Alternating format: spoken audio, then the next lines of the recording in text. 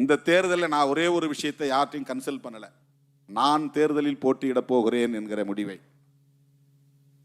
அதில் தான் சில ஜெர்க்கு உருவானது. இல்லைன்னா அப்படியே ஏற்கனவே நின்ற 4 பேருக்கும் 4 இடத்துல கொடுத்துட்டு மிச்ச 4 இடத்த புது ஆளை போட்டு போயிருக்க முடியும். அப்புறம் அதில் ஏன் உறுதியா இல்லை அப்படின்னு கேட்குறேன். அதில் ஏன் உறுதியா இல்லைன்னா அது என் தனிப்பட்ட முடிவு இல்லை. அது ஒரு கட்சி, கட்சியின் நலன், கூட்டணியின் நலன், வெற்றி, தமிழ்நாடு அரசியல் நலன் எல்லாம் அதில் அடங்கி இருக்கிறது. இப்போ மாற்று கருத்து வருகிற போது எனக்கு அந்த ஆசை இருந்தாலும் அந்த ஆசையை நான் மட்டுப்படுத்திக் கொள்கிறேன் என்பதுதான் இங்கே பார்க்கப்பட வேண்டிய செய்தி. என் விருப்பம் இருந்த அந்த விருப்பத்தை நான் பின்வாங்கிட்டேன். எனக்கு ஆசை, என் ஆசையை நான் கட்டுப்படுத்திக் கொண்டேன். 2006 திட்டக்குடி தொகுதியில் நான் போட்டியிட வேண்டும் என்பது என்னுடைய ஆசை. உடனிருந்தவர் விரும்புகிறார், அதனால் என் ஆசையை நான் கட்டுப்படுத்திக்கணும். நான் நிக்கல, பரவாயில்ல, நீ நில்லுங்க. அரசியலில் எத்தனை பேருக்கு இந்த உணர்வு வரும் என்பதை ஏன் யாரும் பேசவில்லை? சட்டமன்ற உறுப்பினராக வெற்றி பெறுவது என்பது அவ்வளவு சாதாரணமான ஒன்று அல்ல. தேர்தலில் சீட்டு கிடைப்பதே கஷ்டம். சீட்டு கிடைத்தாலும் கூட்டணியில் கிடைப்பது கஷ்டம். கூட்டணியில் கிடைத்தாலும் போட்டியிடுவது என்பது பெரிய போராட்டம். போட்டியிட்டாலும் வெற்றி பெறுவது என்பது அவ்வளவு இலகுவானதல்ல. ஆனால் நான் மங்களூர் தொகுதியில் வெற்றி பெற்று 2.25 ஆண்டிலேயே அந்த பதவியை ராஜினாமா செய்துவிட்டு வெளியே வந்தேன். அப்படி என்றால் எனக்கு பதவியில் ஆசை இல்லை என்பதை உறுதிப்படுத்துகிற ஒரு நிகழ்வு தானே இது. 2004 நடந்தது. இன்னைக்கு இல்லை, 22 வருஷத்துக்கு முன்பு, 22 ஆண்டுகளுக்கு முன்பு. ஆனால் இவர் பதவி ஆசை படித்து செய்கிறார். சோஃபா வந்து இறங்கியதும் போட்டி கொடுக்கிறார். பணம் கொடுக்கிறவன் அதுக்கு வேற வழியே தெரியாது அவனுக்கு, அப்படியே கொடுக்கணும்னு நினைக்கிறவன். அது நீ சொல்ற மாதிரி 100கணக்கான கோடினா எப்படி சோஃபால கொடுத்து அனுப்ப முடியும்? அவங்க அரசியல் செய்யறாங்களாம், நம்மளை டேமேஜ் பண்றாங்களாம், நம்மளை காயப்படுத்துறாங்களாம், நம்முடைய தலைமையை பலவீனப்படுத்துறாங்களாம். என்னை பற்றி எனக்கு தெரியும். என்னை மதிப்பிட வேறு எவருக்கும் அந்த ஆளுமை இல்லை, அந்த வலிமை இல்லை. என்னை பற்றி எனக்கு தெரியும், அது போதும். இவங்க ஏன் சோஃபா எடுத்துட்டு வந்தாங்கன்னு எனக்கே தெரியாது. யாரோ விஜய் வர போறாருன்னு சொன்ன உடனே உட்காரத்துக்கு இடம் இல்லை. ஏன்னா அந்த இடம் தலைமை அலுவலகத்தை ரெனோவேஷன் பண்ணிட்டு இருக்கிறோம் நம்ம ரொம்ப நாளா. கையில் காசு இருந்துச்சுன்னா என்னைக்கே செஞ்சு ஒரு 6 மாதத்தில் முடிக்கிற வேலை அல்லது 3 மாதத்தில் முடிக்கிற வேலை. வர்றவங்க தான் கொஞ்சம் கொஞ்சம் இந்த வேலையை செஞ்சு கொடுங்க, இதுக்கு கொஞ்சம் டைல்ஸ் வாங்கி கொடுங்க, இது கொஞ்சம் ஷீட்டு வாங்கி கொடுங்க. இந்த விழுப்புரம் மாவட்ட தம்பிங்க தான் அந்த ஷீட்டு வாங்கி கொடுத்தாங்க.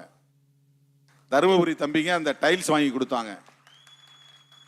இப்போ புதுசாக வந்து சேர்ந்த தோழர்கள் இந்த சோஃபா வாங்கி கொடுத்தாங்க. இப்படிதான் வந்து நாம செய்கிறோம். அதனால இது 3 வருஷமா நீடிக்குது. இன்னும் அந்த வேலையை நடக்கல, முடியல. ஒரு தலைமை அலுவலகத்தை செஞ்சு முடிக்க முடியல. உடனே சோஃபா வந்து இறங்கிருச்சு. அதுக்கப்புறம் திருமாவளவன் வந்தார். அது ஒருத்தன் சொல்ற குற்றச்சாட்டு. இன்னொருத்த வந்து இல்ல அவர் வந்து துணை முதலமைச்சருக்கு அங்க பார்கெயின் பண்ணிக்கிட்டு இருந்தாரு. அது வந்து முடியாதுன்னு சொன்னதுக்கு பிறகுதான் இங்க வந்திருக்கிறாரு. அப்புறம் வந்து பார்ட்டி ஃபண்டு கேட்டு பிரச்சனை பண்ணிக்கிட்டு இருந்தாரு. அது நிறைவேறிச்சு போல் இருக்கு, அதனால தான் வந்து ஆதரவு தெரிவிச்சாரு. இது ஒருத்தனுடைய குற்றச்சாட்டு. இன்னொரு பக்கம் திமுகவும் அதிமுகவும் சேர்ந்து இவரை முதலமைச்சராக்க போறாங்க, அதனால முதலமைச்சர் ஆகலாங்கிற கனவுல அவர் வெயிட் பண்ணிக்கிட்டு இருந்தாரு.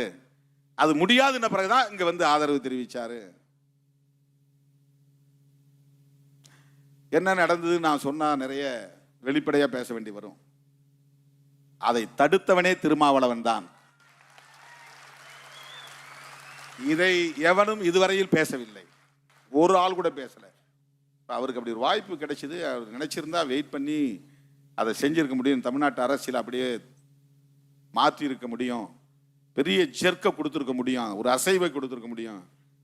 ஆனால் அவரே அதை வேண்டான்னு சொல்லிட்டு போய் ஆதரவு கொடுக்கிறார் அப்படின்னு ஒரே ஒரு ஆள் கூட விவாதங்களில் பேசுகிறவர்கள் பேசவில்லை. திமுகவுக்கு துரோகம் இழைத்து விட்டார்கள். யார் துரோகம் இழைத்தது? யார் துரோகம் இழைத்தது? திருமாவளவனா? மனசாட்சி உள்ள ஒவ்வொருவருக்கும் தெரியும் திருமாவளவன் நட்பில் எவ்வளவு தூய்மையாக இருக்கக்கூடியவன் என்பது. அப்படி நினைத்திருந்தால் தேர்தலுக்கு 2 ஆண்டுகளுக்கு முன்பே என்னை அந்த கூட்டணியில் இருந்து வெளியேற்றுவதற்கு என்னென்ன முயற்சிகள் நடந்தன, அதற்கு நான் உடன்பட்டேனா? என்னென்ன ஆசை வார்த்தைகள் சொல்லப்பட்டன, அதற்கு நான் இணங்கி போனேனா? நானும் சேர்ந்து உருவாக்கிய கூட்டணி மதசார்பற்ற முற்போக்கு கூட்டணி, இதை பலவீனப்படுத்த ஒருபோதும் நான் இடம் தர மாட்டேன். இதைத்தான் என்னை அணுகியவரிடத்திலே நான் சொன்னேன். திருமாவளவன் வந்தால் அதிமுக பாஜக பக்கம் திரும்பாது. அதிமுக விசிக கூட்டணியை உறுதிப்படுத்த வேண்டும் என்று எத்தனையோ மீடியேட்டர்ஸ் இடையிலே இருப்பவர்கள் என்று பேசினார்கள். இது அந்த அன்றைக்கு இருந்த அரசுக்கு, ஆட்சியாளர்களுக்கு தெரியும். உடன்பட்டேனா? அதற்கு உடன்படவில்லை. ஏன்? இன்றைய முதலமைச்சர் அனைவருக்குமான தலைவர் அம்பேத்கர் என்கிற நூலை வெளியிடுகிற போது திருமாவளவன் அவர்கள் எங்கிருந்தாலும் அவருடைய உள்ளம் இங்கேதான் இருக்கும் என்று அந்த வெளியீட்டு விழாவிலே பேசினாரே. எமது கூட்டணிக்கு வந்தால் ஆட்சியிலும் பங்கு, அதிகாரத்திலும் பங்கு தர தயாராக இருக்கிறோம் என்று சொன்னாரே. ஆட்சியிலும் பங்கு, அதிகாரத்திலும் பங்கு என்று சொன்னதும் அது சிறுத்தைகளின் முழக்கம்தான் என்று உலகமே புரிந்து கொண்டதே. அது திருமாவளவனுக்கான அழைப்புதான் என்று அரசியல் அரங்கில் இருந்த அத்தனை பேரும் புரிந்து கொண்டார்களே. அதை காரணம் காட்டி என்னால் ஓடி போயிருக்க முடியாதா? கை கொடுத்திருக்க முடியாதா? அப்போதே புதிய கூட்டணியை உருவாக்கி இருக்க முடியாதா? திமுக கூட்டணியில் கையொப்பமிடுவதற்கு 1 மாதத்திற்கு முன்பு தாவேகாவின் முன்னணி தலைவர்களுள் ஒருவர் என்னை வந்து தனிமையில் சந்தித்து மீண்டும் என் விருப்பத்தை கேட்டறிந்தாரே. அவரிடத்தில் அறுதியிட்டு சொன்னேனே, தோற்றாலும் சரி, பல இழப்புகளை சந்தித்தாலும் சரி, மதசார்பற்ற முற்போக்கு கூட்டணி உடைபடுவதற்கு, பலவீனப்படுவதற்கு நான் ஒருபோதும் இடம் தர மாட்டேன் என்று சொன்னேனா இல்லையா? அவரும் உயிரோடு இருக்கிறார். வேண்டுமானால் அவரிடத்தில் கூட விசாரித்துக் கொள்ள முடியும். போனேனா? இல்லையே.